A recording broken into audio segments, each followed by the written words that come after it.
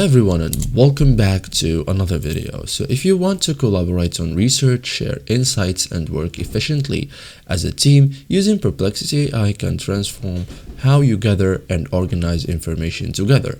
In this guide, I will show you step by step how to use Perplexity AI for team research effectively.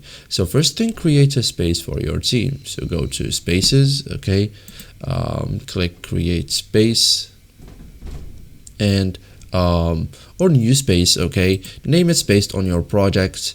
Now after that, invite team members, so use invite or share option, add emails and set roles. Define research goals, so agree on topic, objectives, scope. For example, AI in education impacts, so you have to have a clear direction. Start research threads, so create threads like background research, case studies, data analysis. So separate topics. So use web mode for latest info, so select web mode, get up-to-date sources and real-time info, fresh data.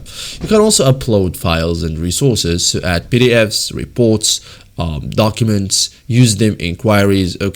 So verify sources together, so check references, links, credibility. You can also compare sources, so avoid misinformation. So summarize and share insights, so ask summarize findings, list key points, share results in threads. So that's it guys, thank you for watching and see you in the next tutorial.